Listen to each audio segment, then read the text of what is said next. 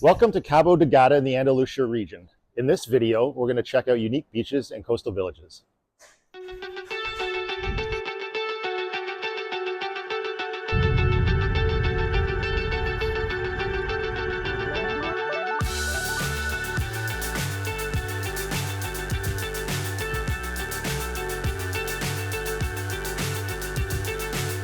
So we've made it to Cabo de Gata Nature Reserve. It's about 45 minutes from Vera Playa where we're staying. It's 34,000 hectares of national park full of hikes, lots of coves, beaches, and right now we're at Playa Los Muertos. Muertos. Let's go check it out.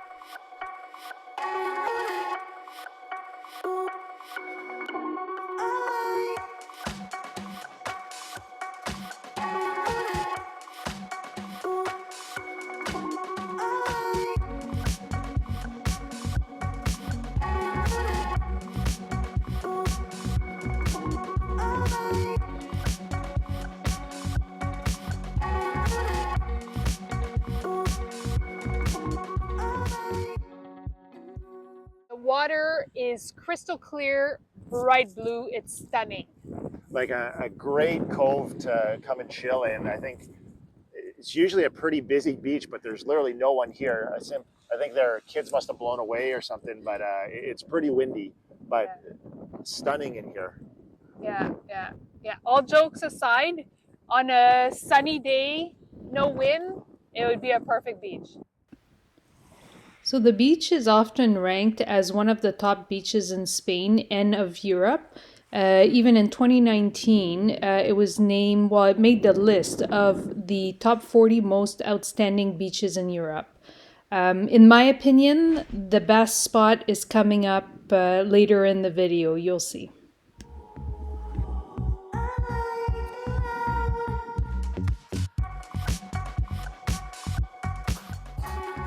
The cave that you see us walking out of, it's actually not very deep, but it was a good shelter from the wind for a day like this.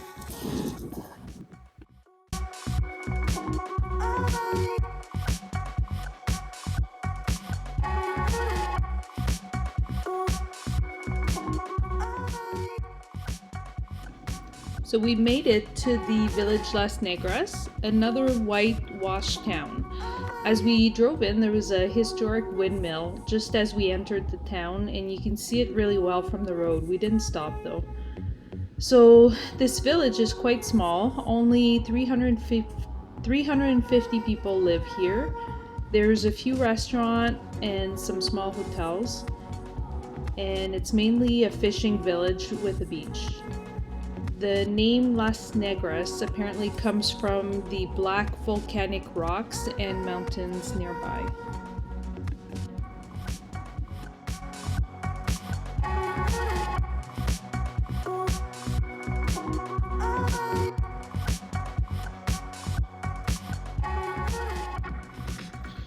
So Las Negras is a picturesque little beach town. This street itself is a busy. Well, there's a few shops and restaurants along it that are worth checking out. It's obviously very windy today. Milan's about to blow away there. But as you come to the end of the street, around on the right, it opens up to a nice little patio area, and then on the left is the easiest way to get to the beach. At the end there is a section of the beach that we're going to make our way towards.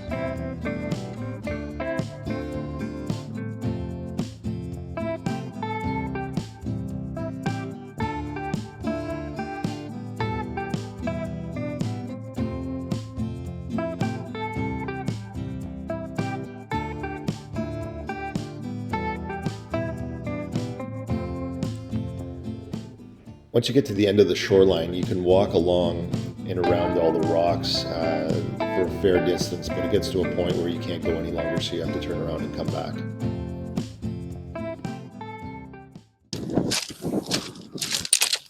We made it to Playa de las Negras. It was about 25 minutes from Playa de la Muerte.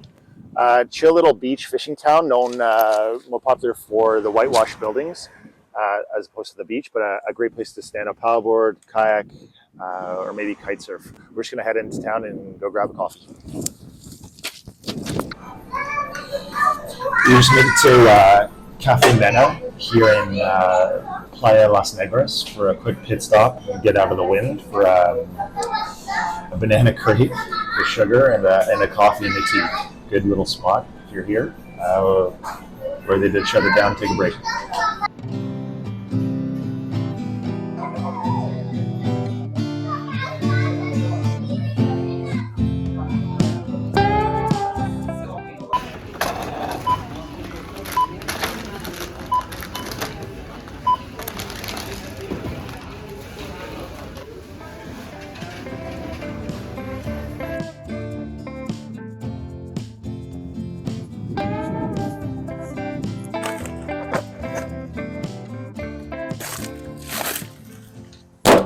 We just got our snacks and we're taking a day trip.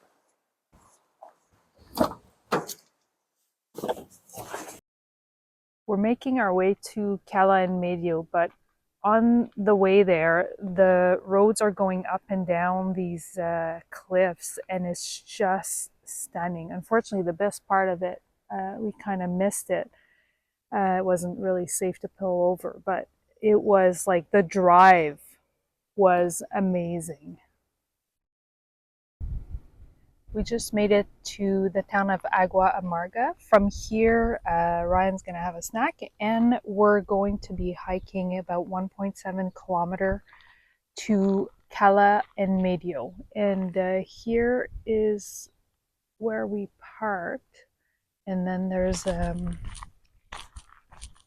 path here. I don't think it's a very hard hike. All right, the first part is mostly uphill of the hike, but it comes to like a great little viewpoint of the town down below. It looks like another nice little beach that we'll check out maybe on the way back.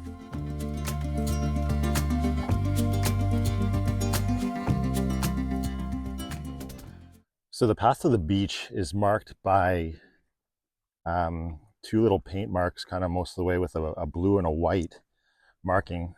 Lots of offshoots, so there's quite a few trails here, but the main one is marked by the blue and white.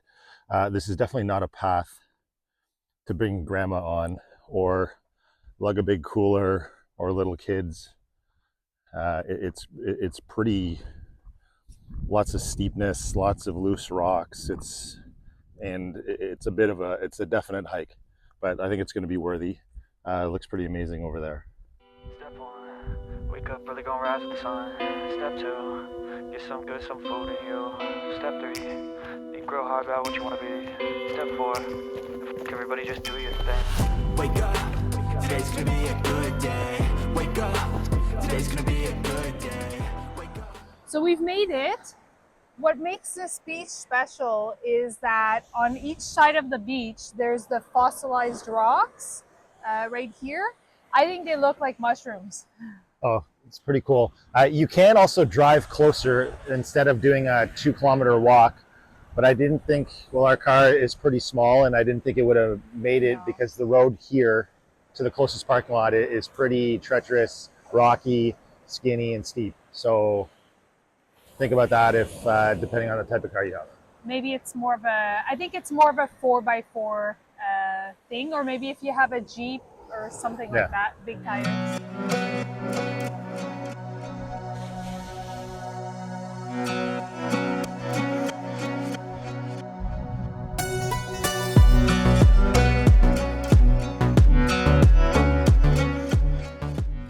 This is a really nice section here. Just a little further down, the erosion created this pool of water that you could jump off the cliff, and you can easily get out because the rocks over there are a bit lower.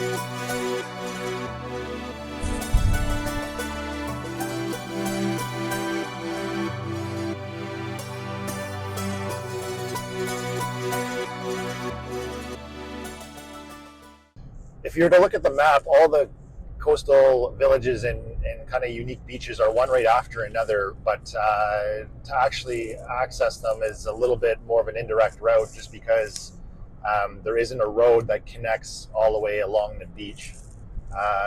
So you'd have to go down off the highway, get to the beach, and then kind of work your way back, and then move along around a mountain, up a valley, to the next one. So we've managed to hit a lot of these places, but we've done it over several days. We're just on a quick coffee tea break on our way to our first stop at La Isleta. Gracias.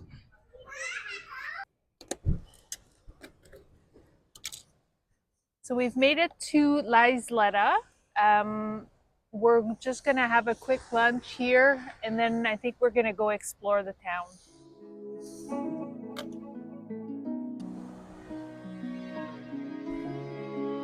So like another just stunning beach. It's very quiet.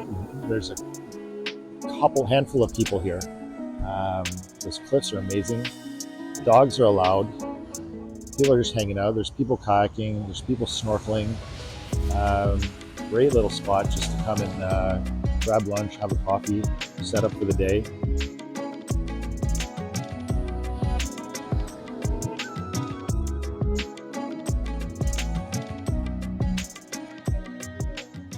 Isleta seems to have, there's a couple little tiny beaches as well, just around the cove, but also seems to be some big patios with some restaurants, and seems to also be a few dive shops, so snorkeling and scuba diving it must be pretty popular here.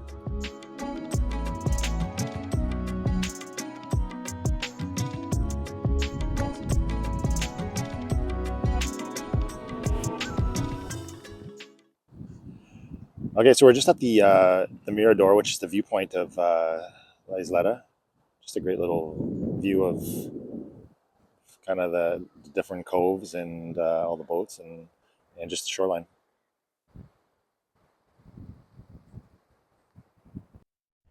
I can see why there's a lot of dive shops here. The water is so clear. And the town looks like a postcard image. Our last stop today is San Jose, 20 minutes south of La Isleta. Everything seems to be open. It's mid-afternoon, and there's a lot of trendy shops and restaurants and cafes, whitewashed buildings as well.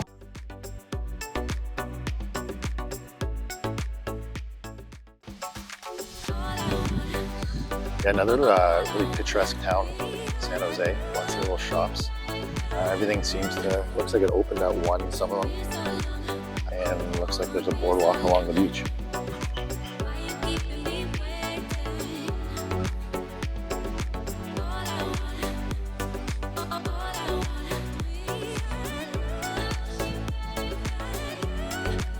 Wow.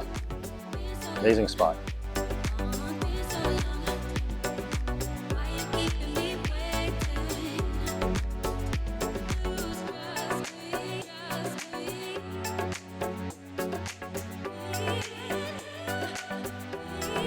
Come here.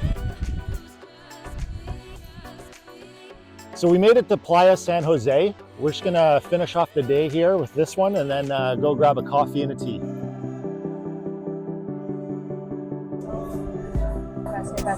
Gracias.